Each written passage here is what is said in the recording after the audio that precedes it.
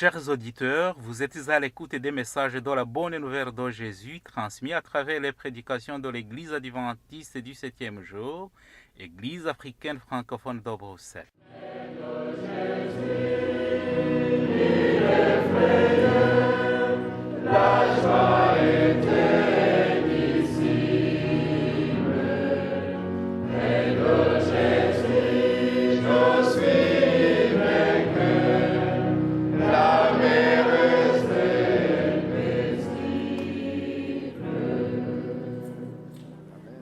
C'est ainsi qu'a commencé la bonne nouvelle de Jésus-Christ, le Fils de Dieu.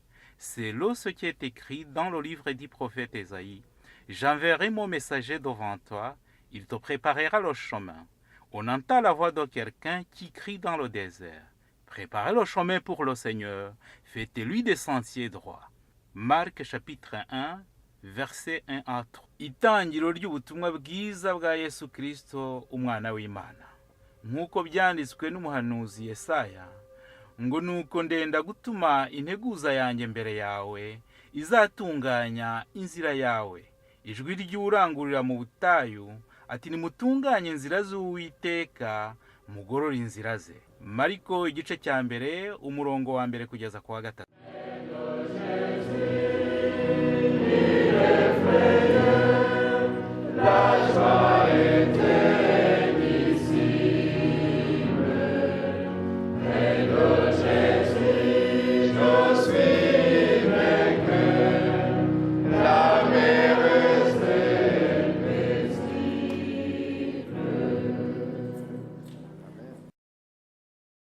Les deux là.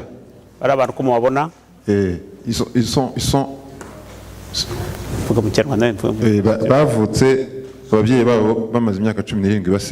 les deux enfants que vous voyez là-bas, ils sont nés après 17 ans que les parents priaient. Tu joues encore? Ego. L'enfant que vous voyez là-bas, il a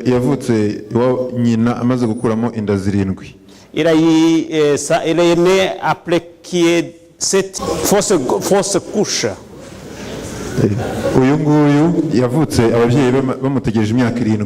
L'enfant que vous voyez là, il est né après 7 ans que les parents l'attendaient. La fille et son frère, après 10 ans. Ils sont nés après 10 ans.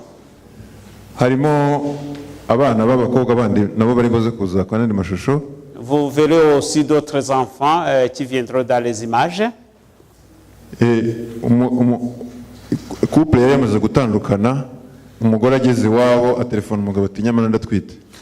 10 ans. Oui. Lorsqu'il y avait un divorce, alors c'est ainsi que l'autre il a appelé. Et la femme a appelé son mari qu'il était enceinte. L'homme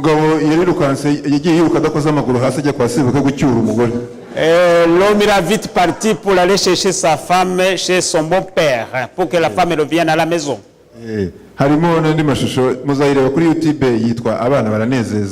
Vous le verrez le chant sur YouTube, là où il y a indiqué les enfants font la joie. Le titre c'est Abana baranezeza.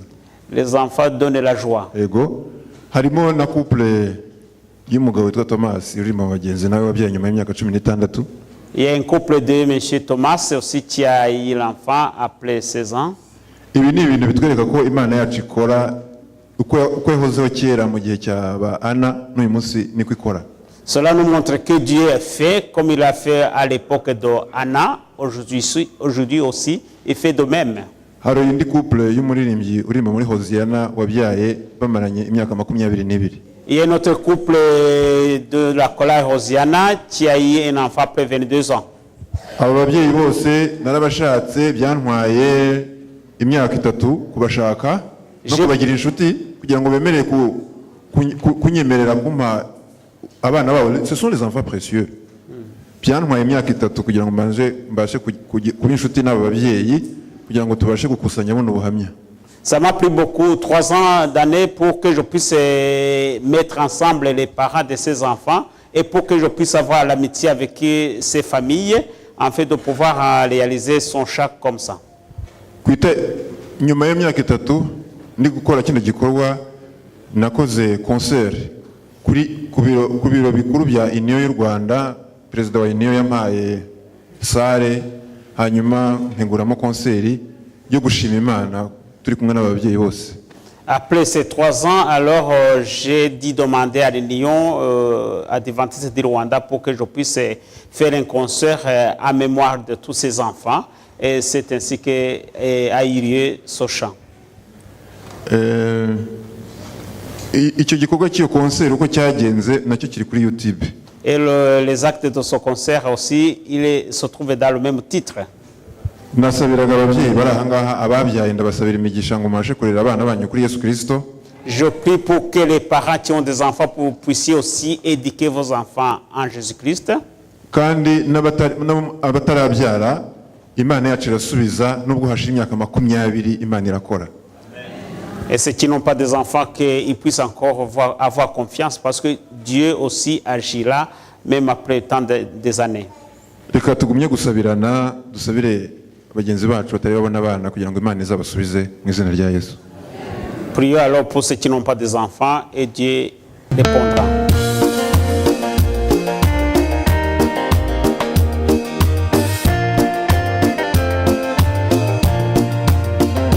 Hashize igihe kirekire dutegereje Imana n'ababana barahangaha twiringiye bikomeye Uwiteka n'umutima wacu wose maze asohoza isezerano nubwo byari urugamba rukomeye cyane kwizera no mpano baravutse abana baranezeza n'ingororano iva ku Mana mudufashe tuzamure ishimwe ryacu humura neza abana baranezeza n'ingororano iva ku Mana mudufashe tuzamure ishimwe ryacu humura neza.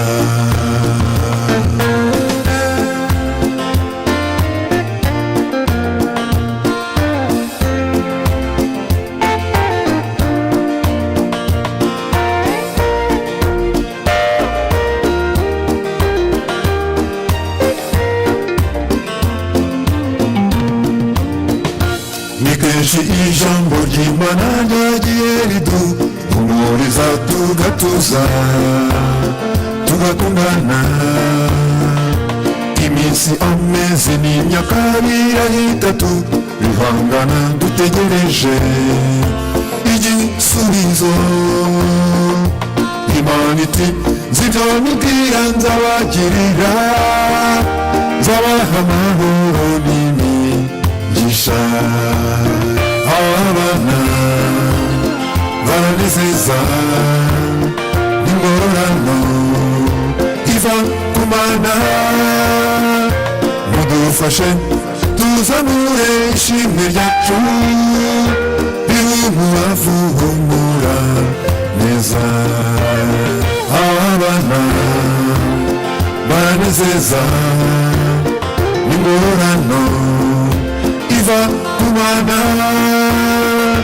mudufashe tuzamure ishimwe ryacu humura neza.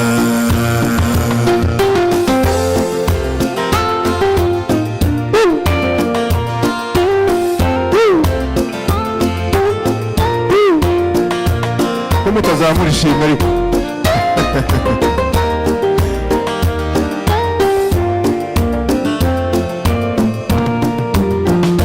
tuziko kuba kundi Imana byose bifatani bizahamwe kuzana ibyiza mu ngo zacu twakomeye ku isengesho tutitiriza ubura tukinyage kubwo kwizera twarashubijwe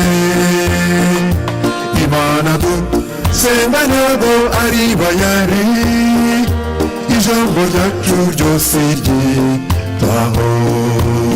Abana baranezeza n'ingororano iva ku Mana. Mudufashe tuzamure ishimwe ryacu, umubavu humura neza. Abana baranezeza n'ingororano iva ku Mana. Mudufashe tuzamure ishimwe ryacu, umubavu humura neza. Mudufashe tuzamure ishimwe ryacu, umubavu humura neza. Mudufashe tuzamure ishimwe ryacu, umubavu humura neza. Nashima ko mwene data akomeza. Je n'ai plus rien à dire, mais je voudrais vous inviter pour l'église où je suis, mais je n'ai plus rien à dire. Ntacyo nabivugaho, nagombye kumubwira nti wagombye no kuza mu itorero ryacu. Mais je vais rendre témoignage de votre chant. Ariko nzatanga ubuhamya bw'indirimbo mwaririmbye. Et tout le monde ici sait que j'aime bien l'Afrique. Abari hano bose bazi neza ko nkunda Afrika. D'ailleurs, je viens de rentrer il y a 2 semaines de là-bas. Ndetse hashize ibyumweru bibiri mvuye muri Afrika. Ce n'était pas directement dans vos pays. Ntabwo nagiye mu gihugu cyanyu. Mais j'étais dans une ville africaine où il était plus que 70 différentes églises adventistes. Ariko nabasha kujya mu gihugu kirimo amatora agereze kuri 70. C'était à Dar es Salaam. Ni mu gihugu cya Tanzania. J'ai demandé combien d'adventistes il y a en tout dans le pays. Nabashe kubaza haba hari abadiventiste bangahe mu cyo gihugu. Et c'est un frère qui travaillait dans une autre situation au gouvernement. Ariko n'undi muntu ukora mu rwego rwa leta. Et il me disait, quand je réfléchis un peu, il me disait ça, quand je dois réfléchir, ariko yarambwiye ko agomba kubitekerezaho. il y a à peu près 1 million officiellement. Agomba kuba hari miliyoni imwe izwi. Mais inofficiellement, il y a peut-être 2 millions, il me disait. Ariko mu buryo butazwi neza hashobora kuba hari nka miliyoni ebyiri. Ça, c'est un seul pays. Aho ni mu gihugu kimwe. Vous voyez, nous sommes tellement contents que vous, les gens de là-bas, venez ici pour nous apprendre l'évangélisation. Turishima cyane tubonye abantu nkamwe muzinaga kugira ngo tubwire iby'ubutumwa bwiza. Mais le Seigneur, il est bon, il vous a envoyé comme missionnaire, comme j'étais dans le temps missionnaire chez vous. Imana ni nziza rero kuko yabohereje nk'ababwiriza butumwa inahanga nkuko nayo nabashe kumuba umubwiriza butumwa iwanyu. Mais c'est pas le sujet de ma prédication ce matin. Ariko ntago ari cyo mutwe w'icyigisho cy'umunsi turi bwoze kureba hamwe. Est-ce que vous savez quel est le premier verset de la Bible? Qu'est-ce que cela dit? Ese mujya mutekereza ku murongo wa mbere mu Bibiliya cyuvuga? Sans regarder dans votre Bible. Qu'est-ce qu'il dit? Au commencement. Yeah. Ah, mais c'est pas tout, hein? Il manque quelque chose. Il manque quelque chose. Au commencement Dieu créa. Oui, au commencement, Dieu. Comment termine la Bible? Dernier verset. J'ai parlé du verset. Ah, vous devez tous aller regarder, hein? Oui, Seigneur, viens. Vous voyez, vous avez le premier verset qui parle de Dieu et le dernier verset qui parle de Dieu. Murabona ko hari umurongo ubanza mu itangiriro uvuga Imana n'uwanyuma muri Bibiliya uvuga Imana. Et entre ces deux versets, entre ces deux fois Dieu, se déroule toute l'histoire de l'humanité. Yuregereye iyo mirongo yombi uwitangiriro n'uwa mu byahishuwe yombi hagati havugwa iby'Imana. Dieu il avait fait, l'homme il a perdu. Imana yararemye hanyuma umuntu atakaza ibyo yaremye. Et Dieu va essayer de sauver l'homme qu'il a tout foutu dans l'air. Imana rero itangira umugambi wo kugira ngo icungure umuntu wapfushije ubusa ibyo yaremye. Et vous savez comment ça s'est arrivé, hein? Muzi uko byagenze. Et c'était quelqu'un dans le ciel qui voulait être plus grand que Dieu. Ni umuntu wari uri mu ijuru washatse kuba hejuru y'Imana. Et vous trouvez ça en Ésaïe chapitre 14. Murabibona muri Yesaya mu gice cya 14.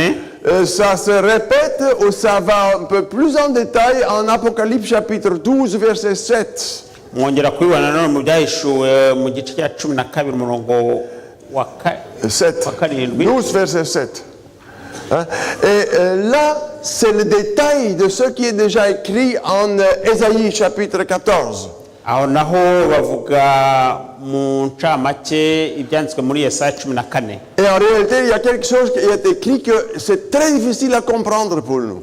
Hanyuma bikaba ari bimwe mu bishobora kuba bigoye kubyumva kuri mwebwe. Parce qu'il est dit là, il fut guerre dans le ciel. Hanyuma tukabwirwa ko haba intambara mu ijuru. Est-ce qu'on peut comprendre qu'il était guerre dans le ciel? Se dushobora kumva ko haba intambara mu ijuru? Ça nous dépasse. Biraturenga. Et je ne veux pas aider et essayer d'expliquer ça. Kandi nta nubwo nabasha gusobanura ibyo Je pense qu'il n'y a personne suffisamment intelligent pour l'expliquer. Ntekereza ko nta muntu w'umunyabwenge abasha kubisobanura ibyo. Car le début du péché, c'est un mystère. Kuko intangiriro y'icyaha ni amayobera. Mais il eut guerre dans le ciel. Ariko intambara mu ijuru. Alors, ce qui commence là, icyatangiriye aho ngaho, il y a un texte qui dit le diable il fut jeté sur la terre. Alors tubona ko Satani yajugunywe mu isi. Dieu qui utilise la terre comme sa poubelle. Aho tubona ko isi none igiye gukoreshwa nkaho ari aho bajugunya ibishingwe. Vous croyez que Dieu utilise la terre comme sa poubelle? Je répète ça. Se mushaka gutekereza ko Imana yakoresha isi nkaho ari aho bajugunya ibishingwe? Non. Ntago bishoboka. Mais il y a un texte qui va aussi expliquer ça. Hari umurongo bitubwiraho. Et ce texte se trouve en 1 Pierre. Umurongo uboneka mu rwandiko rwa mbere rwa Petero. Où il est dit, le diable fut jeté dans le Tartarus en grec. Je ne suis pas d'habitude que j'utilise les mots grecs et hébreux, ça c'est pas de ma façon. Mu kigereki hari ijambo ryitwa tamusi ribisobanura. Mais ici c'est important. Car quand Pierre dit que le diable fut jeté dans la Tartarus, ça veut dire, Tartarus, c'est l'espace entre les planètes. Kuko tubwirwa ko hari ahantu hitwa muri Pantatus hagati l'espace entre des planètes. Hagati y'amasi aho ngaho. Dans l'espace du néant, si vous voulez. Mu kirere hagati aho ngaho. Et alors le diable, il est venu frapper à la porte de notre terre. Hanyuma umwanzi aza ku muryango w'isi yacu. Chez Adam et Ève. Ndetse agera kuri Adamu na Eva. Et qu'est-ce qu'il a dit en chapitre 3 de la Genèse, verset 1? Aho mu gice cya gatatu cy'itangiriro havuga ngo iki? La première phrase presque. Qu'est-ce qui est écrit? Quelque chose de très important. Non, il y a encore autre chose. Imana yaba yaravuze ngo iki? Le diable était... Qu'est-ce qui est écrit? Le diable était quoi? Rusé. C'est ça. Satani Il était rusé, très rusé.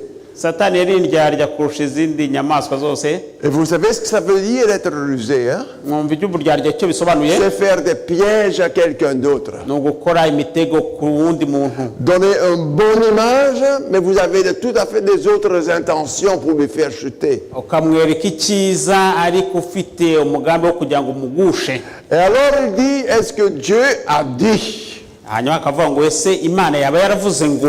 Il sème la confusion. Nuko izana ibintu byo gushidikanya. Il sème le doute. Izana ibintu byo gushidikanya.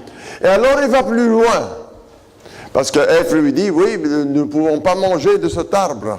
nuko eva aramubwira ati ntabwo tugomba kurya kiriya giti. Mais il va plus loin, il dit, mais vous savez, moi, j'ai mangé, je suis vivant. Satani aramubwira ati njye narariye kandi ntacyo nabaye. Alors, il veut dire à Ève Yashaka kubwira eva rero que Dieu, il est restrictif, il vous retient de quelque chose de bon. yuko Imana ishaka kubima ikintu cyiza. Dieu, vous ne pouvez pas avoir confiance en lui. Yuko mutayigirira icyizere. Parce que, vous voyez, Dieu avait dit, tu ne mangeras pas, tu vas mourir. Kuko Imana yarababwiye ngo nurya kiriya giti uzapfa. Et lui, il dit, mais moi aussi j'en ai mangé. Et je ne suis pas mort. Ako Satani iramubwira iti njye narakiriye ariko ntabwo napfuye. Encore beaucoup plus, étant serpent, je parle. None nk'inzoka ndanavuga. Vous voyez, il ne faut pas avoir confiance en Dieu. None inzoka ikabwira eva iti ntugomba kugira icyizere Imana. Vous n'avez pas de liberté avec Dieu. Ko nta mutekano nta bwisanzure mufite. Et Ève, il a tout entendu cela. Eva nuko aratangira kubyumva. Et le diable étant très malin, étant très rusé, Hanyuma inzoka rero ikaba umwanzi akaba ari umunyaburyarya bwinshi. Ève a dit, oh, c'est comme ça.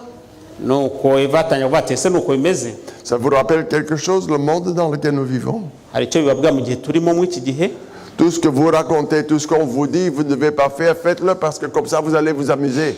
Kuko bababwira ngo mukore ibyo mushaka byose mubashe kwishima. Chers amis, à la fin de cette chute de Adam ou de Ève et Adam, Kubwo kugwa kw'icyo ngicyo cyo kugwa kwa Adamu na Eva, ils vont récolter que des troubles. nuko hazatangira kubaho imiturungano. Et en réalité, nous sommes au milieu d'une guerre cosmique. Niyo mpamvu usanga turi mu gihe cy'intambara y'isi n'ijuru. Isi n'ijuru nibyo. Et nous allons cultiver finalement ce que nous avons semé. Nuko rero tugatangira gusarura ibyo twabibye. Vous pouvez vous droguer, hein, vous pouvez boire jusqu'à la mort, vous pouvez fumer comme vous voulez, mais vous allez récolter ce que vous avez fait.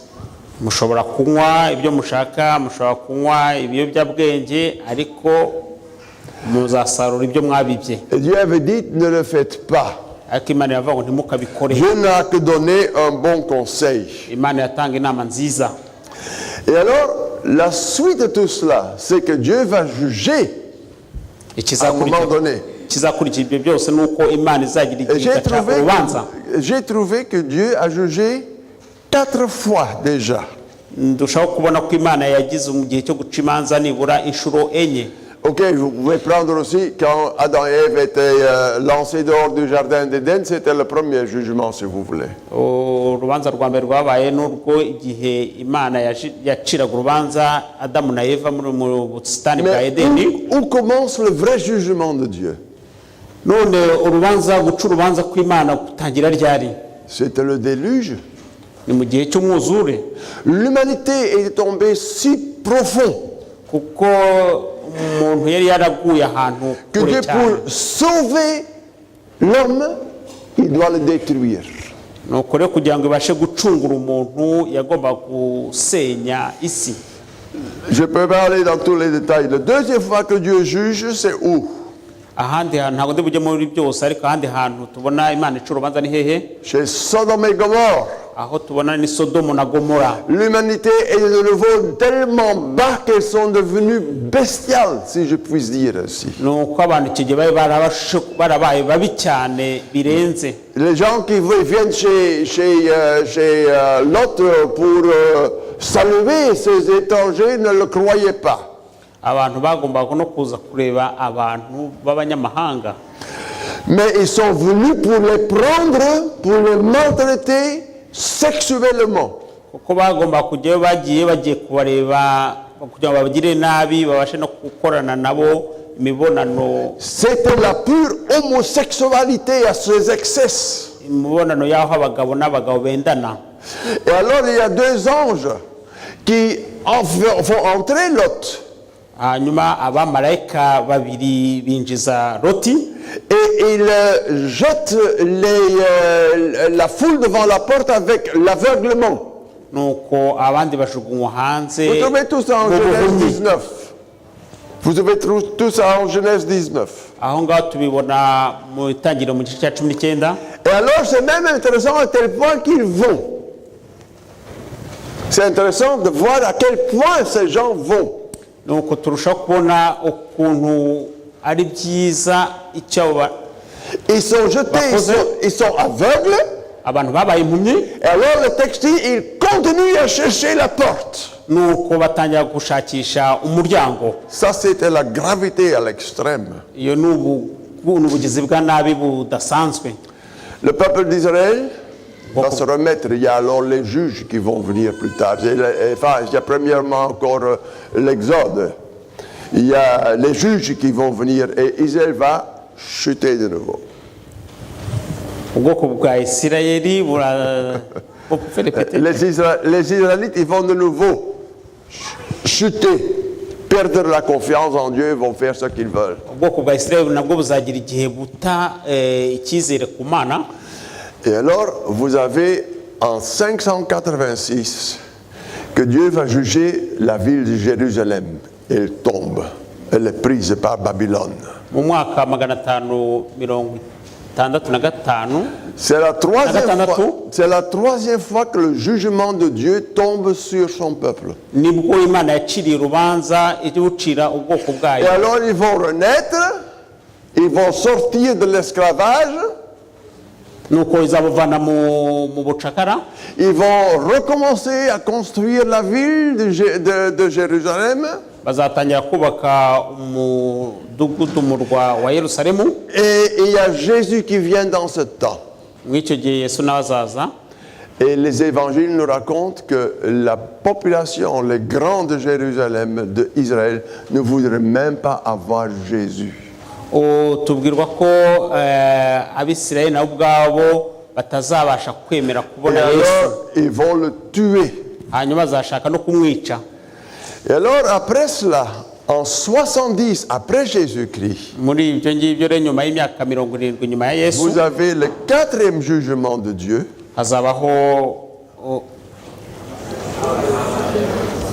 hazabaho urubanza rwa kane.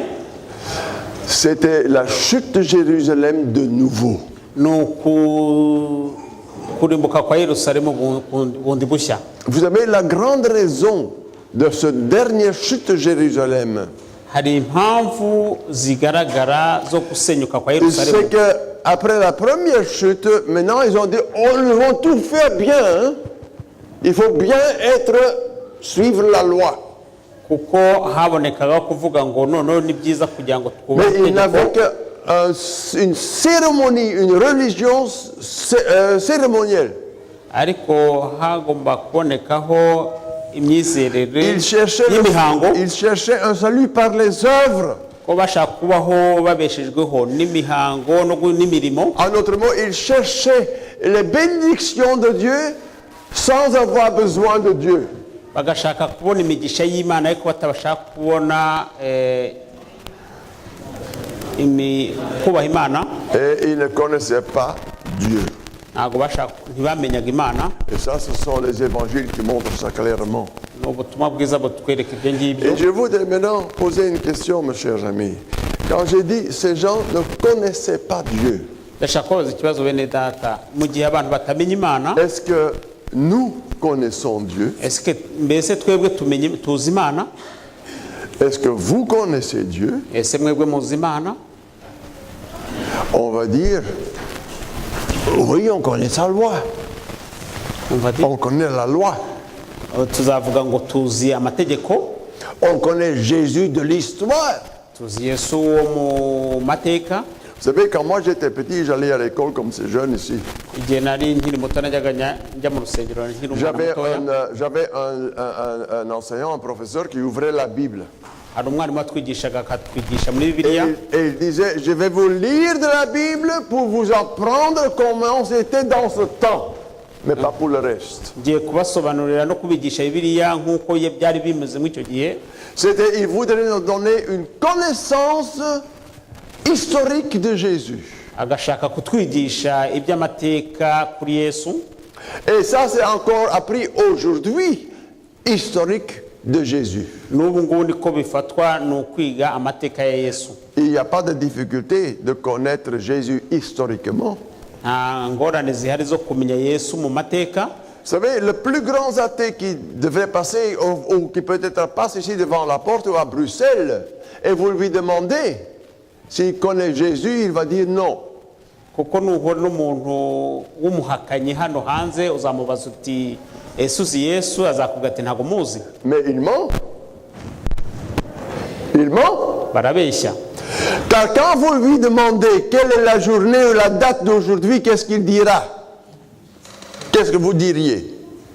Aujourd'hui, quelle date c'est? Umuntu akubaje ati ese uyu munsi itariki ni iyihe wava mu ki? C'est pas difficile, hein?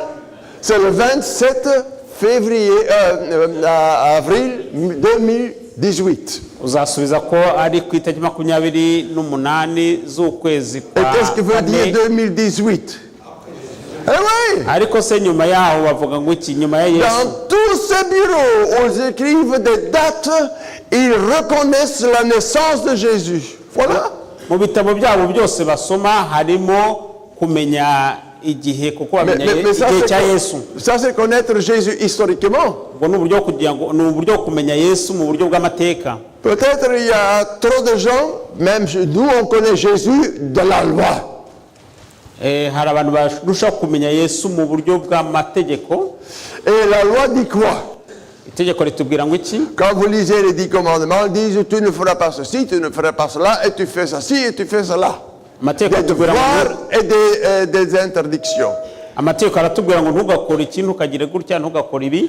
Mes chers parents et aussi chers enfants, babyeyi kandi bana, faites attention de ne pas faire connaître Dieu comme un Dieu qui demande que des devoirs et des interdictions. Ntituzafata Imana nk'aho itubwira ngo hagomba gukorwa ibi ngibi, hagomba kudakorwa ibi n'ibi. Vous savez, en réalité, Dieu ne m'interdit rien. Hari kuvuga ngo Imana nta kimbuza. Mais il me donne des conseils. Impa inama. Et toute la loi, tous les 10 commandements, regardez-les comme un conseil de Dieu. Murebe amategeko rero y'Imana muyafate nk'aho inama itanga. Quand vous avez malade, vous avez mal à l'estomac. Iyo murwaye mufitiye igifu cyifite Le ibibazo. médecin vous examine. Le médecin vous examine. Umuganga arabasuzuma. Et il dit à la fin, monsieur ou madame, ne mangez pas trop de bananes. Akakubwira ati ntukarye imineke myinshi. Ou vous ne mangez pas du manioc. Ntuzarye imyumbati. Car ça va vous donner je sais pas quoi, des dérangements dans l'estomac. Kuko muzagira imidurungano mu gifu. Et vous avez maintenant deux choses, deux chances. Hari amahirwe abiri rero ashoboka. Vous allez rentrer chez vous et vous ne mangez plus ça. Ntabwo muzajya iwanyu mu rugo mwe kurya ibyo ngibyo. Ou vous allez rentrer chez vous et je dis oui mais pourtant je l'aime et je me bouffe quand même. Cyangwa se uzahita muvuga uti ndabikunda ngiye kubirya. Et vous commencez à continuer à avoir des crampes. Hanyuma uzatangira kumva rero mu nda harimo C'est un peu ibibazo. la même chose avec la loi de Dieu. Kimwe n'amategeko y'Imana. En Deutéronome, vous lisez X fois où c'est marqué faites ceci et vous seriez heureux. Mu gutegeka hatubwira ngo muzakora ibigi muzahirwa. Dieu veut que nous soyons heureux. Imana yashaka ko tuba Et c'est pour abahirwa. cela qu'il nous a donné des conseils. Niyo mpamvu yaduhaye inama. Et c'est parce que, pas seulement pour moi, mais parce que j'aime celui qui m'a fait, je suis ses conseils. Parce que lui, il connaît comment je suis fait. Atari ku bwayo ahubwo ari ku bwacu kuko iduha izo nama nziza. Et alors, maintenant, en faisant ce qu'il vous demande, Igihe rero ukora ibyo Imana igusaba, vous allez faire la connaissance de Jésus par expérience. niho uzabasha kumenya Yesu kubwo imibereho yawe. Est-ce que vous avez déjà fait expérience avec Jésus? Wagize se umubano na Yesu? Vous savez, vivre avec lui tous les jours. Kubana nawe buri munsi. Vous savez, c'est ça ce qui est l'essentiel, c'est ça ce qui fait notre vie religieuse, si je puis Nicyo dire. cy'ingenzi nicyo gituma turi abayoboke abakristo. Comment vous faites une vie d'expérience avec Jésus? Iyo ugize umubano mwiza rero na Yesu, c'est quand vous commencez la journée, ouvrez votre Bible et lisez quelques pages. igihe utangiye umunsi wawe ufungure Bibiliya usomeye ahantu hamwe cyangwa ahandi. Faites la prière avant de partir, Seigneur. Veuille être avec moi pour que je puisse te faire plaisir aujourd'hui. uvuga uti Mana ndakwinginze mwami Yesu umfashe kugira ngire umunsi mwiza. Allez-y sur vos genoux. hanyuma upfukame Priez le Seigneur pour qu'il vous conduise dans la journée. uvuga uti usenge Imana uti unyobore muri uyu Et munsi. vous allez faire des expériences de Jésus. muzaba mubasha gukora umubano wo kugendana na Yesu. Et alors vous aurez connaître Jésus par expérience. aho rero bizabajyana aho kubana na Yesu no kumumenya. Mes chers, ça c'est abakorera très important. ibintu rero cy'ingenzi. Maintenant, je vais vous poser une question. Il semble très facile. Ngiye kubaza ikibazo ntekereza ko ari ikibazo cyoroshye. Le péché, c'est quoi? icyaha ni iki? Maintenant, soyez libres, sentez-vous libres de parler. nimugerageze mwifungure. Le péché, c'est quoi? icyaha ni iki? Pardon? On attend que? Transgression des lois. ni ukutubaha amategeko. Je dis, ça c'est partiellement. manquer le but. Et je vais vous le prouver par la Bible, par les paroles de Jésus. Ouvrez avec moi Jean chapitre 16. mufungure muri Yohana mu gice cya 16. Et vous pouvez souligner ce verset maintenant. hanyuma nibishoboka muceho umurongo aho ngaho. Jésus promet le Saint-Esprit. Jésus promet ici le Saint-Esprit. Yesu yasezeranye umwuka wera. Et dans le verset 8, il est dit, umurongo wa 8 haravuga ngo et quand il sera venu, ubwo azaza il convaincra le monde en ce qui concerne le péché. En ce qui concerne le péché. ubwo azaza azatsinda ab'isi abemeze iby'icyaha n'ibyo gukiranuka n'iby'amateka. La justice et le jugement. ababwire iby'ubutabera n'urubanza. Et maintenant, qu'est-ce qu'il dit? aho haravuga ngo iki? En ce qui concerne le péché, ku byerekeranye n'iby'icyaha, c'est parce qu'ils ne me connaissent pas, parce qu'ils ne croient pas en moi. nuko batanze kuko batanyizera. Ah, mon frère, vous voyez la différence? bene data murabona itandukaniro. Le péché, ce n'est ne pas avoir confiance, ce n'est pas connaître Jésus. icyaha ntabwo ari ukutagira kwizera, ntabwo ari Ça, c'est le grand point. C'est pour ça que j'ai posé de la question, est-ce qu'on connaît Jésus? Est-ce qu'on connaît Dieu? ni ikibazo gikomeye. niyo mpamvu nababaje ntese muzi Yesu.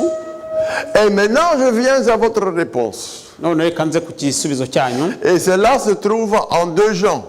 aho tubibona muri Yohana, mu rwandiko rwa 2 rwa Yohana. En 1er Jean, oui, vous trouvez autre chose. mu rwandiko rwa 1 rwa Yohana muhabona 1 Jean ibindi. 3, verset 4. Yohana wa mbere igice cya Et qu'est-ce qu'il est écrit là? C'est le texte que vous avez cité. 3. Et le texte que tout adventiste va citer. ni ahantu umudivantiste wese agomba kumenya. Car le péché, c'est la transgression de la loi. kuko icyaha ni ukutubaha itegeko ry'Imana. Maintenant, je ne sais pas si vous avez tous la même traduction. sinzi niba mwese mufite ubusobanuro muri Bibiliya zanyu Je ne bumeze connais gutyo. pas vos traductions rwandaises. ntabwo nzi uko byanditse muri Bibiliya y'Ikinyarwanda. Mais est-ce qu'il y a quelqu'un, par exemple, par hasard, qui a une traduction de Jérusalem? ese hari umuntu yaba afite Bibiliya yanditseho traduction ya Yerusalemu? Et il n'y a personne? nta muntu uyifite. Pas grave. Parce qu'il manque un petit mot. harabura ijambo rimwe aho ngaho mw'iyo Bibiliya. Et je me suis déjà cassé la tête. Pourquoi? nabashe kwibaza cyane kubera iki. Mais je vais vous le dire maintenant. none ngiye kubibabwira rero. Et le petit mot qui manque, c'est la transgression de la loi est aussi le péché. aho ngaho batubwira ko ikirimo ni uko kutubaha amategeko y'Imana. Est-ce que le mot aussi est dans le rwandais? dans votre Bible? Bibiliya y'Abanyarwanda bimeze gute? Dans toutes les traductions anglaises, dans toutes les autres traductions, vous allez trouver le mot aussi. Ahandi handitswe havuga ngo uko kandi uko Vous nanone voyez, et maintenant vous avez les liens. hari ihuriro rero rihari. Quand je ne connais pas Jésus, Iyo ntazi Yesu, quand je ne crois pas en lui, iyo ntanamwizera, alors je vais faire n'importe ce que je veux. nkora ibyo nishakiye, Je m'en fous de tout ce que Jésus a dit, de toute la Bible, de toutes les affaires de Dieu, toute la loi. ubundi amategeko byose nkabyibagirwa nkabishyira iruhande. Et c'est pour cela que pas connaître Jésus, c'est le péché, et transgression sa loi, c'est aussi du péché. Kuko kutamenya amategeko ni icyaha no ku C'est aussi le péché. Hein? Alors vous voyez bien, nous avons absolument besoin de Jésus. niyo mpamvu tugomba kumenya yuko byanze bikunze dukeneye Yesu. Et c'est ça ce que nous devons prêcher aussi dans l'église, c'est Jésus. Niyo mpamvu tugomba kubwiriza mu matorero Yesu. Quand on met Jésus au milieu, en face de nous, alors tout le reste va tomber sur sa place. Iyo tufashe Yesu tukamushyira hagati akaba nyambere, ibindi byose biraza. Mais nous avons besoin de Jésus. Ariko dukeneye Yesu. Vous savez, nous vivons dans un monde où disons, quand vous parlez de Jésus, on se moque de vous. Turi mu isi y'ahantu iyo uvuze Yesu abantu baraguseka. Et je vais vous dire maintenant quelque chose. Ngiye kubabwira rero ikintu Vous kimwe. avez déjà rencontré ça, des gens qui se moquent de vous et votre Dieu et votre Jésus? Mwigeze mubona umuntu baseka ku bwa Yesu wanyu, ku bw'Imana yanyu? Ça, c'est la grande partie de tous les Belges qui sont comme ça. Ni hafi y'Ababiligi bose. Et là, vous êtes des missionnaires. Ariko ubu none mwebwe murabwirizabutumwa b'abakorabushake. Et qu'est-ce que les gens font? Je parle maintenant surtout aux jeunes. Qu'est-ce qu'on aime le mieux? ben, Aussi, vous les adultes, hein, qu'est-ce qu'on aime Abantu le mieux? bakora iki cyane ndabaza abasore abakiri batoya, ariko Le n'abakuru n'ababaza. samedi soir, ça commence déjà le vendredi soir, samedi soir, dimanche soir. Qu'est-ce qu'on fait? Ni ibiki? Hey, on va s'amuser. Ni ibiki bigenda gute ku wa nyuma w'isabato ku isabato? Qui aime bien s'amuser? Habaho igihe cyo kwinezeza. Ah, vous êtes un peu trop timide maintenant, hein? Ouais. Ouais. Il n'y a qu'un seul qui aime s'amuser? Ndabona umuntu umwe ukunda kwishima. Mon frère, j'espère que ce n'est qu'un seul. J'espère que ce n'est qu'un seul qui aime Tekereza s'amuser. ko atari umuntu umwe gusa wishimisha. Vous savez d'où vient ce mot? Musée. Muzi aho iryo jambo rituruka, mize, iryo jambo rituruka? Musée, c'est un bon mot français, mais c'est de l'ancien français. Riva ku magambo y'igifaransa ya kera, rivuga ngo mize. Ça vient du temps quand les anglophones, quand les Britanniques ont occupé une grande partie de la France. Au XIIIe, XIVe siècle. Ni mu gihe cyo mu kinyejana cya 13 ubwo abongereza barafashe igice cy'Ubufaransa. Et en anglais, on utilise le mot to muse. Mu cyongereza hari ijambo rero Et cela bakoresha. veut dire réfléchir. Ijambo bakoresha ryo Et on le trouve encore dans la langue française aujourd'hui, mais plus rarement. On peut muser, réfléchir. aho bakoresha ijambo rivuga muse, rivuga gutekereza. Regardez sur votre internet, vous allez le trouver. Nimureba mu Maintenant, gardez bien le mot musée en tête, ok? nimureba kuri internet mwabona iryo jambo icyo risobanura. Une autre question. Un théiste est quoi? Un théiste. What? Un théiste.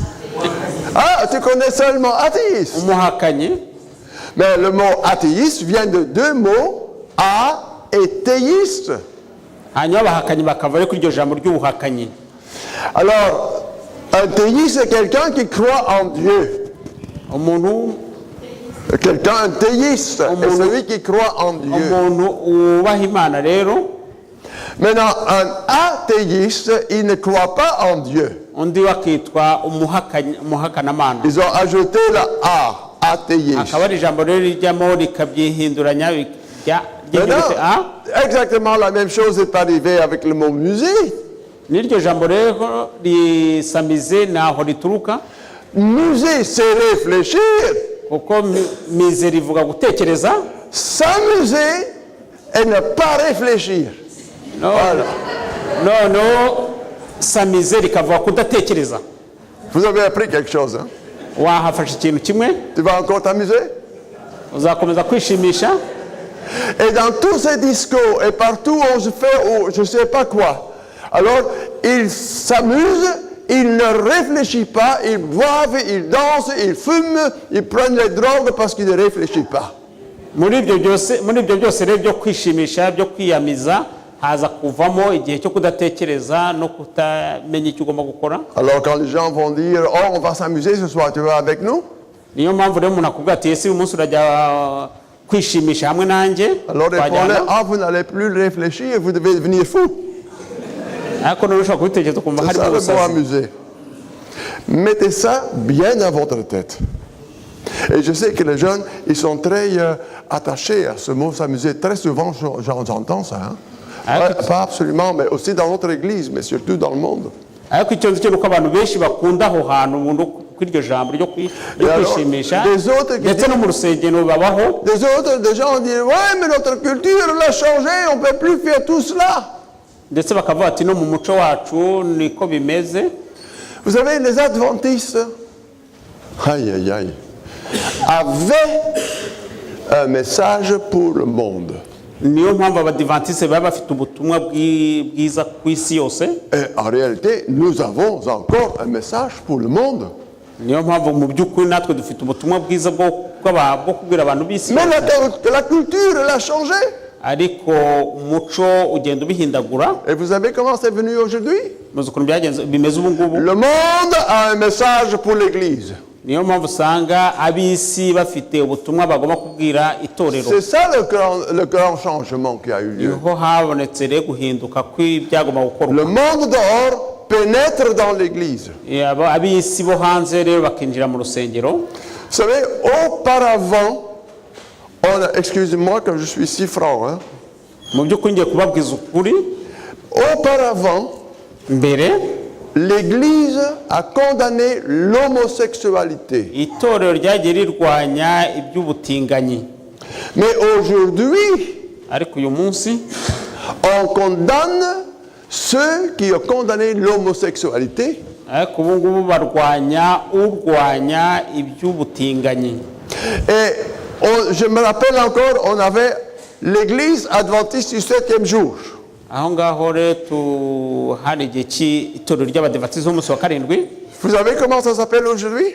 none muzi ukuntu ubu ngubu baryita L'Église adventiste libérale. ubu risigaye ryitwa itorero ry'abadivantisite b'umudendezo. Les autres, ils vont dire l'Église adventiste orthodoxe. abandi bazitwa rero abadivantisite b'aba orthodoxe. L'Église adventiste postmoderne. abandi bazitwa ko ari abadivantisite b'igihe gikurikira. D'autres vont dire l'Église adventiste illuminée parce qu'il y a tous des professeurs, des grands étudiés, des grands savants. abandi bazitwa abadivantisite bamurikiwe kuko harimo abanyabwenge benshi. Moi, je n'ai pas condamné les grands savants, hein? ntabwo nshobora guciraho iteka Mais vous devez faire abanyabwenge, attention avec ça, ce que vous faites. ariko tugomba kwitonda Parce ku byo bakora qu'on dit toujours que la Bible n'est pas un livre scientifique. kuko avuga ko bibiliya atari igitabo cy'ubwenge cy'ubuhanga. Je pourrais vous montrer le contraire. ndashaka kugira ngo mbereke itandukaniro, Mais vu que le temps presse, j'y passe. ariko ubwo igihe kigenda kidusiga Mes ndihuta. chers frères et sœurs, nous devons faire attention à ces choses-là. ariko bene data bashiki banjye tugomba Nous kwitondera sommes, ibyo bintu. nous sommes des adventistes du 7e jour. turi abadivantisite b'umunsi wa karindwi, Pas des adventistes modernes. ko ntabwo turi abadivantisite bigezweho, Ou pas des adventistes du 30e du mois. atari abadivantisite b'umunsi w'ukwezi iminsi 30. Nous avons besoin de Jésus, alors tout ça viendra sur sa place comme il faut. dukeneye Yesu rero nicyo dukeneye. En Jean chapitre 15, verset 5, iyo usomye muri yohana mu gice cya 15 umurongo wa il y a 5 écrit quelque chose. hari amagambo ahanditse J'espère que vous avez aussi souligné cela. ndatekereza ko mwaraciyeho umurongo namwe. Je suis le cep, vous êtes les serments. Je demeure, celui qui demeure en moi porte beaucoup de fruits. Oui, jusque là. Ni nge muzabibu namwe muri amashami uguma muri nge nanjye Car sans aguma muri moi, we uwo niwe wera imbuto nyinshi sans moi, kuko atari njyewe vous ne pouvez rien. ntacyo mushobora. Rien et combien? Rien et combien? Iyo bavuze ngo ubusa ni iki, ubusa bunganiye ni iki? Quelle question difficile ce matin. Hein? J'avais un professeur en français dans le temps. Nari mfite umwarimu w'igifaransa mu gihe C'est cyashize. peut-être pour cela que je parle aussi mal le français. Mais il disait, quand vous ne remplissez pas votre examen, Yajyaga atubwira ati nutakora neza ikizamini même si cyawe c'est nécessaire, vous y écrivez quelque chose au sujet de ta grand-mère, même si vous écrivez quelque chose de votre grand-mère, nimutagira icyo muvuga niyo mwakandika mu buryo bwo ku rurimi rwanyu c'est mieux que rien, biruta ubusa, parce que quand il n'y a rien, vous avez une zéro. ariko nubwo wabyandika nabyo wabona zero. Il ajoutait, pas seulement une zéro, ntabwo ari ubusa gusa, mais une zéro qui sera épluchée. ariko ni zero idafite ikifite. Je n'ai jamais oublié ça. Ça, quand Jésus dit, sans moi, vous ne pouvez rien. Vous ne pouvez ariko vraiment rien. mutari mufite ntacyo mushobora gukora. Maintenant, en Philippiens 4, verset 13, Iyo usomye mu Filipi mu gice cya 4 umurongo wa 13, c'est maintenant Paul qui parle. aho tuhasanga Pawulo niwe uvuga. Et qu'est-ce que lui, il dit? Pawulo aravuga ngo iki? Avec lui, on peut tout. Hamwe na Yesu dushobora gukora byose. Quelle grande différence, hein? Murumva itandukaniro? Vous savez, on fait le tour en disant, oui, quelqu'un qui a ceci, quelqu'un qui a cela, c'est génétique. Hari umuntu uvuga ati ibi ngibi ko umuntu abifite nuko yabivukanye. Jésus peut même changer la génétique. Yesu arashobora guhindura nuko umuntu yavutse. Ce qu'il a fait avec Adam et Ève. Hein? Nibyo yakoreye Adamu na Eva. Qui il avait fait le premier? Adam. Ninde wari waremye Adamu wa mbere? Et Adam, il a comme génétique XX. Il a XY, quand je ne me trompe pas. Yari afite karemano ye. Alors, les jeunes, ou c'est quelqu'un qui sont dans la médecine, savent mieux que moi. Hein? Et une femme est tirée d'Adam. Une femme, la femme était tirée d'Adam. Abiga b'abanyeshuri biga iby'ubuganga bashaka kutubwira ariko tubwirwa ko Eva yavuye muri Adamu. Dieu a fait là un clonage. Quoi? Dieu a fait un clonage. Tu sais ce qu'est cloné? Et tu seras exactement refaite. Nuko rero Imana yavanye Eva muri Adamu. Vous avez tout compris ce que ça veut dire. Hein? Et alors il a changé la génétique. Il a fait un XX. Et voilà la femme. Moi, je me trompe de temps en temps entre le XX et le XY. Est-ce que Dieu peut tout? Jésus, il voit une masse de gens et ils ont faim. Il y a 4000. Une autre fois, il y a 5000. Et il n'y a rien donné à manger, seulement il y a un petit gamin qui vient avec 5 pains et 3 poissons. Et Jésus va bénir ce peu. Et alors, il va distribuer à 5000 personnes 3 poissons et 5 pains. C'est quoi ça? C'est quoi ça? C'est quoi ça? C'est un miracle de création. De rien, en réalité, il a fait nourrir 5000 personnes. mu by'ukuri yashobora kugaburira abantu 5,000. Oui. Et la Bible, elle est pleine comme ça, les évangiles, avec ses miracles. Muri Bibiliya rero tubona harimo Alors ibitangaza quand Paul byinshi. dit, quand Jésus dit, sans moi vous ne pouvez rien, et Paul répète, mais avec lui je peux tout, ça veut dire je peux tout. Yesu aravuga ati mutamfite ntacyo mubasha gukora. Pawulo akavuga ati kumugira bituma nshobora gukora byose. Et quelqu'un qui a des problèmes génétiquement, s'il va sur ses genoux et il veut le changement, il y aura le changement. Umuntu rero uko yaba ari kose yaremwe kose ashatse guhinduka yahinduka. Maintenant, venons à nous-mêmes. Vous voyez, j'ai trois sujets poussés en un au ce Ariko noneho matin. ndashaka kugira ngo twisuzume natwe ubwacu kuko hari ingingo zindi twarebaho. Et qui de nous est juste? Ninde muri twebwe utunganye? Qui de nous, il ne manque rien? Ninde muri twebwe utafite icyabuze? Maintenant, regardons la Bible parce que vous n'osez pas parler. Ni muri Bibiliya kuko ndabona mudashaka kugira icyo muvuga. Vous vous rappelez encore Ecclésiaste 7, verset 20. Muribuka Attends. umubwiriza igice cya 7 Prenez maintenant Romains 3, verset 10. ariko mu Romane mu gice cya 3 umurongo wa 10 C'est la répétition de Ecclésiaste 7, 20. niho tubona ko ari amagambo asubira mu byo tubona Et mu Paul dit, mubwiriza. il n'y a point de juste, même pas un seul. Pawulo atubwira ko nta mukiranutsi n'umwe, Il n'y a personne qui est juste. nta mukiranutsi n'uyu n'umwe. Alors, nous sommes tous condamnés. Twese rero tuciriweho iteka. Si je ne suis pas juste, justice veut dire quoi? None ubutabera ni iki buvuze On va travailler la loi pour que je suis juste. Hein?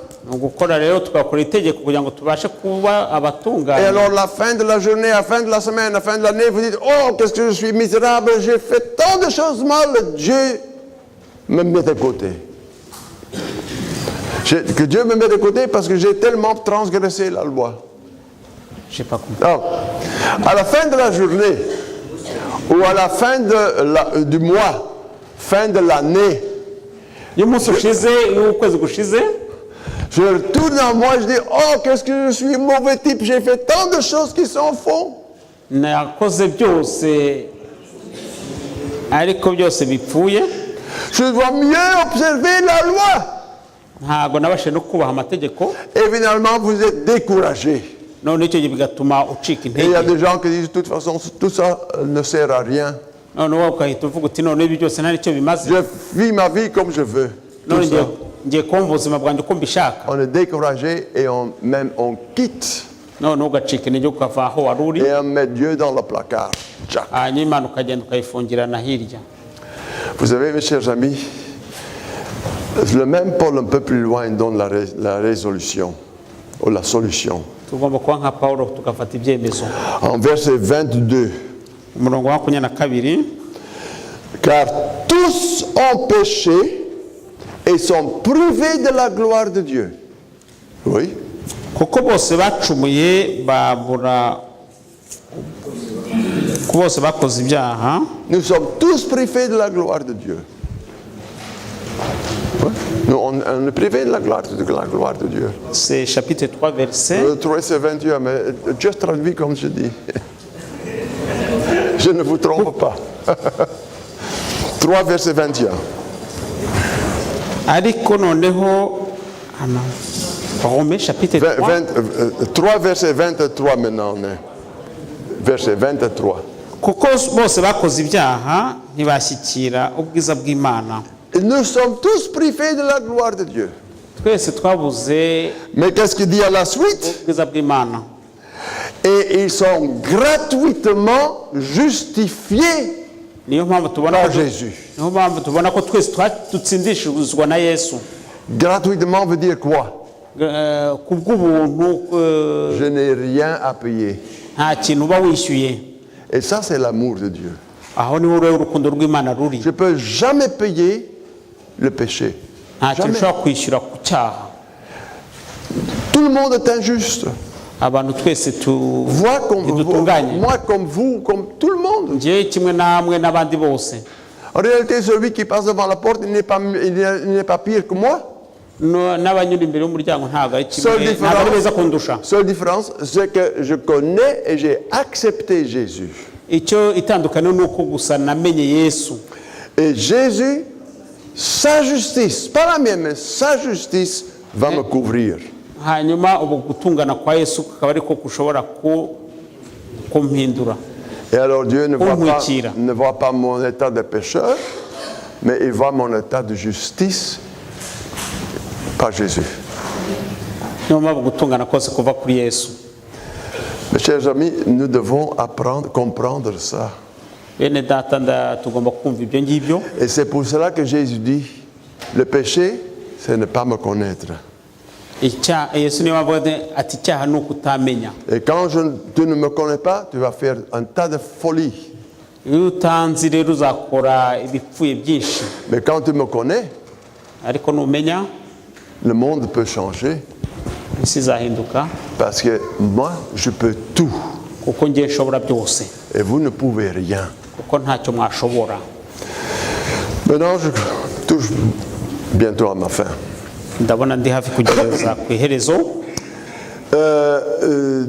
Dieu, dans le Matthieu chapitre 6, la fameuse prière de Jésus commence comment?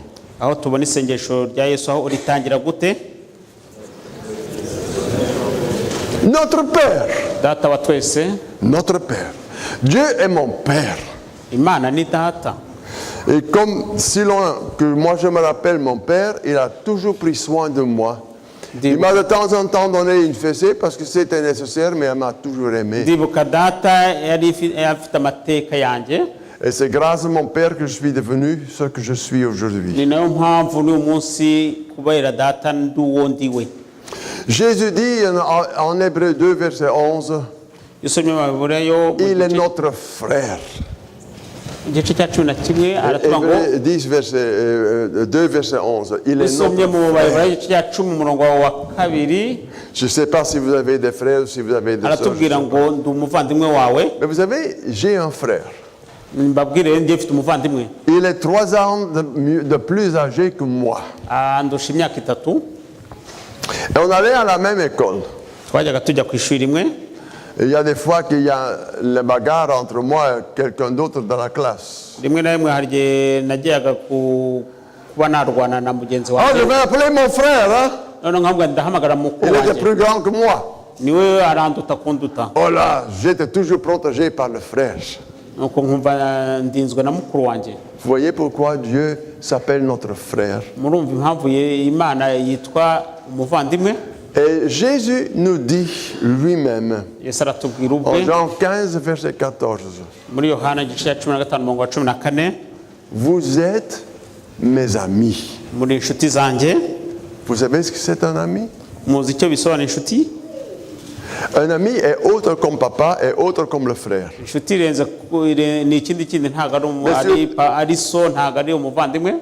les filles, ils savent ça. Parce qu'ils confient des confidences à des amis qui ne vont pas dire aux frères, ni aux sœurs, ni au papa, ni aux mamans.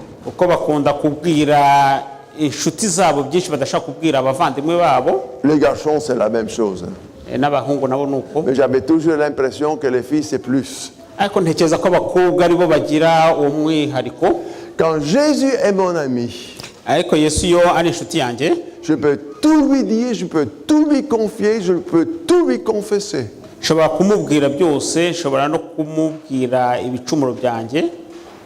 Et un ami, un vrai ami, vous n'allez pas le décevoir. Et je dirais quand vous faites quelque chose qu'il ne faut pas faire, vous allez décevoir Jésus. Car Jésus est mon ami. Il est tellement important d'avoir de bons amis. Et si vous n'avez pas Jésus dans votre vie, vous n'avez rien. Votre vie est vide. Je vous donne un exemple. Je ne sais pas si quelqu'un fait ici la littérature. ou a sinzi fait niba la hari umuntu littérature. hano wiga iby'ubuvanganzo. Bon, je vais vous apprendre un peu. Il était un grand écrivain norvégien. Hari umuntu wo mu gihugu cya Norvège, Son nom, c'est pas important. izina rye ntabwo ari ryo ndi Mais il a bukigeho, écrit yanditse amagambo. une pièce de théâtre. Qu'est-ce qu'il Il a- a écrit une pièce de théâtre. yanditse ikinamico. Vous savez, on parle toujours de Shakespeare, hein? Mais il y a encore des autres qui ont Hari abantu écrit baba la pièce. bafite ubuvanganzo n'ubwenge. Et cet Norvégien écrit une pièce de théâtre qui s'appelle Peer Gynt. Ça, c'est le nom, c'est le titre, Peer Gynt. Yanditse rero ikinamico yitwa Pirige. Peer Gynt est un garçon qui est né dans une maison assez riche, mais son père fait faillite. Pirige rero akaba yari umwana wo mu rugo rumwe Son père fait faillite. rwari rukize, ariko noneho ise aza guhomba, Et puis il perd ses affaires. Hein? nuko aza guhomba, Et alors il devient pauvre. nuko aba umukene. Mais lui, il ne veut pas avouer, il ne veut pas croire que papa, il a fait faillite. Ariko ntabwo yashatse kwemera ko ise yaba yarahombye. Et il dit, si c'est vrai, s'il n'y a plus rien à la maison, je vais dans le monde. Je vais vivre dans le monde, découvrir le monde. Ariko noneho ahubwo ahitamo kuvuga ati ngiye ahubwo ngiye kwishakisha Faut no kureba savoir- isi uko imeze. Il faut savoir que l'histoire se déroule dans le siècle 18e, 19e siècle. Bikaba byarabaye rero mu kinyejana cya 18. Et Peer Gynt, il quitte la maison et il s'en va. Pirige rero nuko asohoka iwabo aragenda, Et il va faire ses propres affaires et il devient riche. agenda akora ibyo akora byose arakira. Et il devient riche, vous savez par quoi? Surtout par l'esclavage. Muzi icyamukijije, Vous savez, yakijijwe n'ubucakara. on parle toujours des Caraïbes pour les esclavages, les Bavuga esclaves. rero igihugu cya Karayibe ku by'ubucakara, C'est pas vrai, hein? nta nubwo ari ukuri. Et les Turcs étaient beaucoup plus liés à l'esclavage et tout le nord de l'Afrique que les gens aux États-Unis. Ahubwo Turukiya ivugwaho cyane ibintu by'ubucakara kurusha ndetse na Amerika. Et Peer Gynt, il va se ramasser quelques bateaux pour transporter les esclaves. Nuko rero uwo musore Pirige aza kubona amato menshi yo kugira ngo Et babashe il gutwara fait dans la abacakara, Méditerranée d'une ville dans une autre. akajya mu mujyi umwe n'undi wundi. Et à un moment donné, quand il est bien riche, il va faire encore un voyage dans tout le nord de l'Afrique. Amaze gukira rero yaje kujya mu majyaruguru ya Afurika, Et on lui porte la nouvelle que ces bateaux pleins d'esclaves sont noyés. aza kumenya inkuru y'uko ubwato bwari butwaye abacakara ko bwarohamye. Alors, il a tout eu dans la vie. Yari yarabonye byose mu buzima, Il avait la richesse, il avait des femmes, il avait des serviteurs, il avait des esclaves, il avait des bateaux, il avait tout ce que vous pouvez vous yari imaginer. yarabonye byinshi, yari yarabonye amafaranga, yari yarabonye abagore, yari yarabonye ubukire bwose. Et à la fin, il dit, il n'y a rien de mieux que de rentrer chez moi. Ariko nyuma yabyo, De rentrer chez lui, d'aller chez lui à la maison. ariko mu byo yari akeneye byose nta kintu cyari kumushimisha nko gusubira iwabo mu rugo. Et alors, vous savez, on vient dans une maison qui est vide, il ne sait pas quoi faire, et il trouve un oignon. Un oignon! Vous savez ce que c'est un oignon? Enanyo, Oignon! igitunguru. Si igitunguru se? Quand vous épluchez un oignon, vous commencez à pleurer. Nuko noneho aza kubona igitunguru. Chaque femme sait ce que c'est un oignon. Ndizera ko abagore muzi igitunguru. Il faut lui expliquer après. Et bien, il prend un oignon. Afata igitunguru, Et il commence, d'habitude, nous, on coupe un oignon, mais lui, il commence à l'éplucher. ariko ubundi igitunguru agicamo, ariko we yatangiye kugenda agihata Et impande, les larmes qui coulent. atangira noneho kuzana Vous amarira. savez maintenant ce que c'est un oignon, hein? Je- Les larmes qui coulent, et il épluche, et il épluche, nuko et il aragenda épluche. ahata igitunguru agihata, Et il vient à la fin des couches. ageze aho aza kubona Et agatimatima gasigaye, il s'étonne et il dit, oh, il n'a rien, il n'y a pas de noyau. ageze aho aza kubona ko nta rubuto rubamo. Alors il se pose la question, Hanyuma yibaza ikibazo, C'est cela ma vie. ubu ni bwo buzima bwanjye. Et c'est sur cette note que la pièce de théâtre se termine. Aha kandi niho yakuye iriya kinamico. Mes chers amis, quelle grande leçon. Bene data inshuti zanjye rero, Quand vous n'avez pas Jésus dans votre vie, iyo udafite Yesu mu buzima bwawe, la vie est vide. ubuzima bwawe ari ubusa. On ne pleure que de la misère. Urizwa n'imihangayiko, On ne pleure que du désespoir. ukagira kutwiheba. Vous devez mettre Jésus au milieu de votre vie. Ariko ni byiza gushyira Yesu mu buzima bwawe hagati, Et alors vous avez un but à vivre. hanyuma uzabasha kubaho neza. Nous vivons encore toujours dans la lutte cosmique. Turiho- Satan n'a pas abandonné. turi mu gihe rero cy'intambara y'ikibi n'ikiza. Et il y a quelque chose en Jean 16, verset 33 que Jésus a dit. hari aho dusoma muri Yohana mu gice cya 13:33. On peut souligner ça aussi dans votre aho Bible. naho mushobora kuhaca umurongo. Jésus dit, j'ai vaincu le monde. Haravuga ngo natsinze isi.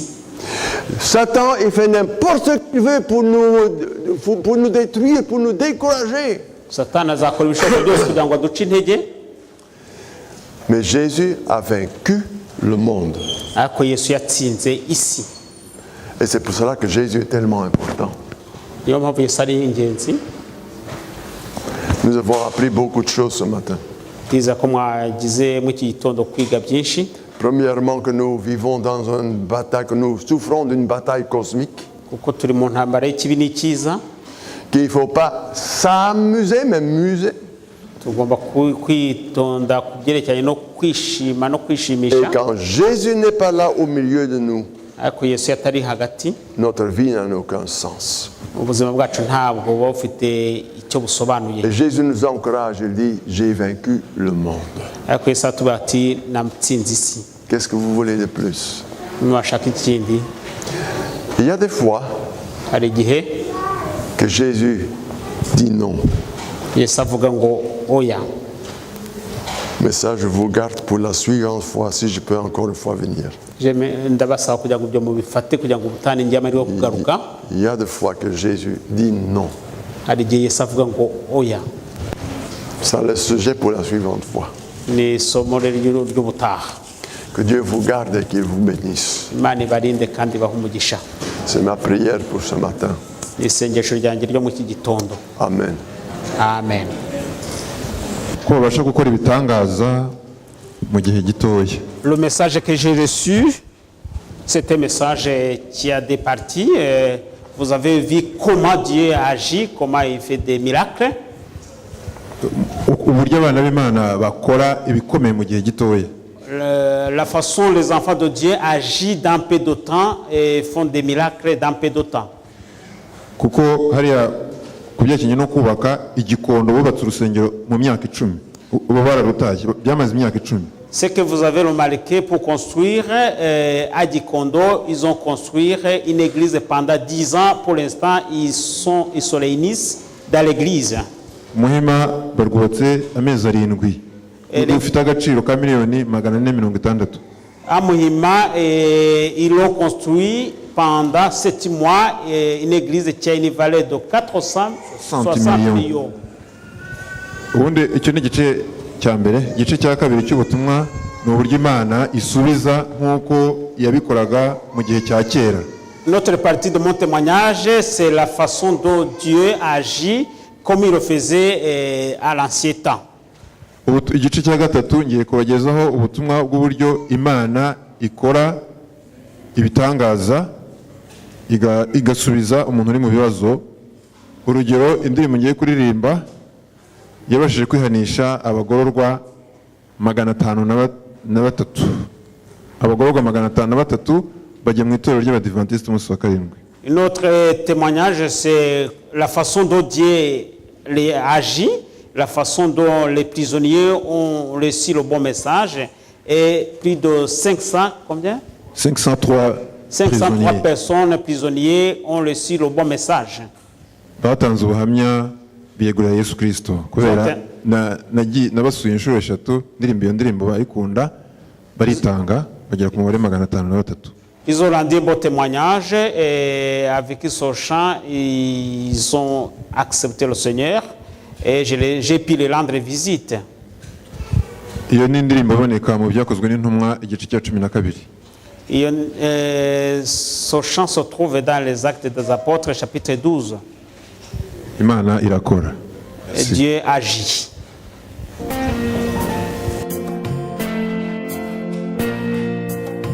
Muri icyo gihe Herode arenganya abo mu itorero abagirira nabi, maze yicisha Yakobo inkota. Hanyuma ibyo binezeza Abayuda, babonye ko Abayuda banezerewe, afata Petero aramufunga, amurindisha abasirikare benshi, agira ngo azamwice Pasika ishize. Imana ireba ingorane zacu, ntitugacike intege mu gusabirana. Imbaraga zayo zirenze iz'umwijima, igihe kigeze Imana irakora. Imana ireba ingorane zacu, ntitugacike intege mu gusabirana. Imbaraga zayo zirenze iz'umwijima, igihe kigeze Imana irakora.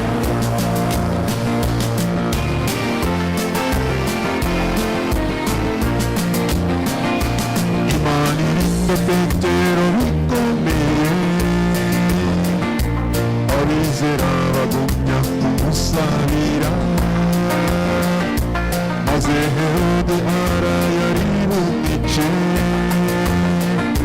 Marayika yinjira mu nzu y'imbohe, arakora Petero mu mabati ibyuka, iminyururu imuboshye iragwa.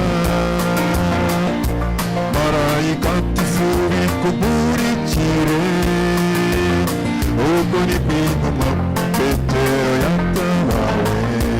Imana ireba ingorane zacu, ntitugacike intege mu gusabirana. Imbaraga zayo zirenze iz'umwijima, igihe kigeze Imana irakora. Imana ireba ingorane zacu, ntitugacike intege mu gusabirana. Imbaraga zayo zirenze iz'umwijima, igihe kigeze Imana irakora.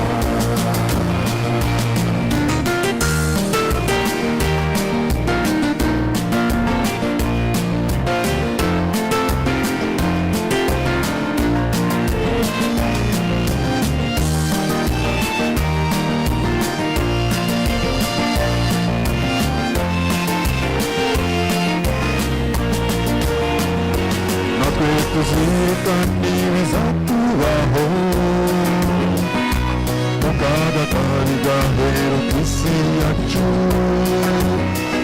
Abari muri Kristo tuzarengana, ariko Imana izihesha icyubahiro. Ihana ugifite uburyo muvandimwe, imbabazi zawe zitararangira, gutirwa bituma ujya kure y'Imana, yazagutegeye amaboko musange. Imana ireba ingorane zacu, ntitugacike intege mu gusabirana. Imbaraga zayo zirenze iz'umwijima, Imana irakora Imana ireba ingorane zacu bitugashikirije tugusarirana imbaraga zayo zirengeje ugushitsama igihe kigeze Imana irakora igihe kigeze Imana irakora igihe kigeze Imana irakora.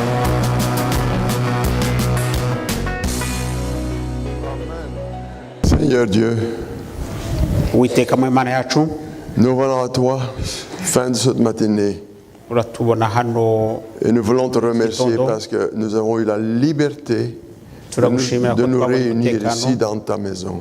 wo kubasha guteranira mu nzu yawe.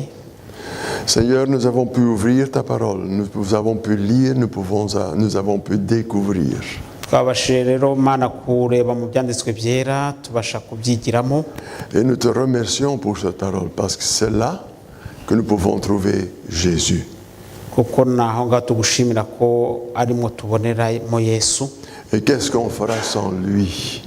Na twakora iki tutamufite? Notre vie n'aura pas de sens. Ubuzima bwacu ntabwo bwaba bufite icyo busobanuye, Car nous sommes tous injustes.